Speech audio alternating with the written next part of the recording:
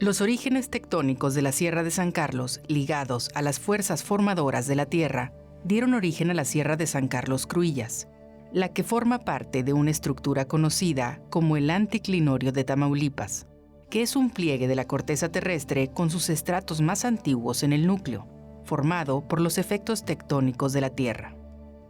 Su origen data del Mesozoico, entre 250 y 66 millones de años, al acumularse sedimentos marinos en una cuenca asociada a la apertura gradual del Golfo de México, depositándose sobre un basamento antiguo e irregular de rocas precámbricas y paleozoicas de 1.300 a 250 millones de años de antigüedad.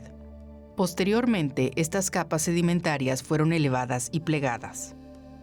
En el Eoceno, hace 40 millones de años, ascendieron a través de la corteza terrestre masas de magma que hoy son las cimas más elevadas de la sierra, asociadas al final con la emisión de lavas basálticas. La Sierra de San Carlos Cruillas es una verdadera joya, es una verdadera maravilla porque pertenece a un cinturón de rocas que conocemos como Provincia Alcalina Oriental de México. Son unas rocas muy exóticas, son muy poco comunes y que nos hablan de historias del pasado que actualmente ya no están funcionando. Es decir, hablamos de un periodo, por ejemplo, en esta región, una historia de aproximadamente 40 millones de años que tuvo que ver con la generación de magmas que se emplazaron en rocas preexistentes, rocas sedimentarias. Estas rocas magmáticas levantaron la sierra, terminaron de levantar la sierra y hoy día están expuestas gracias a la erosión. También, al contacto de los magmas con las rocas calizas, se formaron cuerpos mineralizados de cobre y hierro en San José, o vetas hidrotermales de plomo, plata y zinc en el Palmar, Las Vírgenes y San Nicolás. La configuración orográfica de la sierra tiene 3 elementos distinguibles. Primero, un gran costillar situado al sur y occidente de esta montaña, formada por las elevaciones del macizo del Cerro del Diente, con una elevación de 1.440 metros sobre el nivel del mar, y el agreste costillar de la Sierra Chiquita, que alcanza los 1.782 metros sobre el nivel del mar. Un segundo componente es la gran masa orográfica que caracteriza al centro de la sierra, luego del espacio que forma el valle interior del Potrero de las Nueces, el Gavilán, por donde discurre la corriente del río de San Carlos. Sobre ella se perfilan las cimas del Cerro del Sacramento, Cerro del Jatero y el Cerro de Libros de Oro.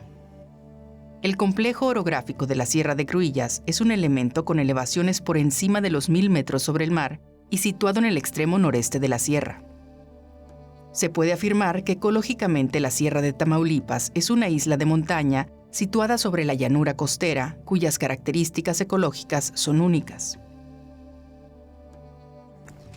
La Sierra de San Carlos es un lugar extraordinario. La vegetación que tenemos ahí también es única. Al menos existen 5 principales tipos de vegetación. En las partes bajas tenemos el matorral espinoso tamaulipeco, un tipo de vegetación cuasi endémico del noreste de México.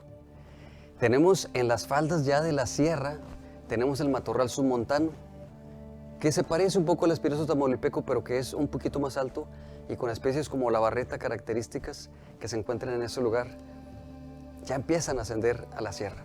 Después tenemos los bosques de encino, que pueden ser altos o pueden ser chaparros, con muchas especies distintas de encinos que están aquí. México es un país cuna de los encinos a nivel mundial.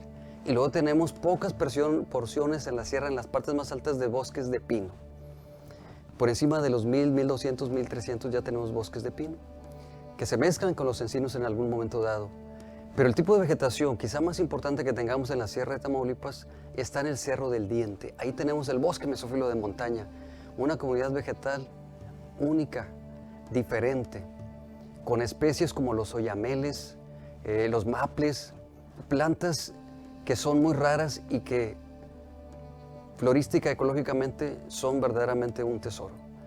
Especies endémicas, ahí encontramos también adicionalmente 2 tipos de vegetación, no tan grandes, pero importantes, como la vegetación acuática, donde tenemos algunos arroyos con plantas únicas. Por ejemplo, tenemos Isoetes tamaulipana, una especie que describimos como una nueva para todo el mundo y que se encuentra en ese lugar. Es algo muy antiguo y muy extraordinario, y tenemos pequeños pastizales. Entonces, 5 grandes tipos de vegetación más 2 adicionales hacen de la Sierra de San Carlos un lugar único en plantas en esta región del mundo. Está rodeada de monte espinoso, mientras en sus alturas la vegetación es más fecunda, con encinales, coníferas y algunas pequeñas zonas de bosque de niebla. Es la sierra una barrera entre los espacios boreales y los linderos tropicales en el hemisferio norte continental y de cara al Golfo de México. El Cerro del Diente es una de las estructuras geológicas más emblemáticas, no solo de la Sierra de San Carlos, sino de Tamaulipas y de México. Destaca por su altura, peculiar morfología y belleza paisajística, como un gran macizo rocoso de cima plana y forma alargada, con 1.480 metros sobre el nivel del mar. Y en su extremo poniente forma un risco aislado y protuberante que le da su nombre.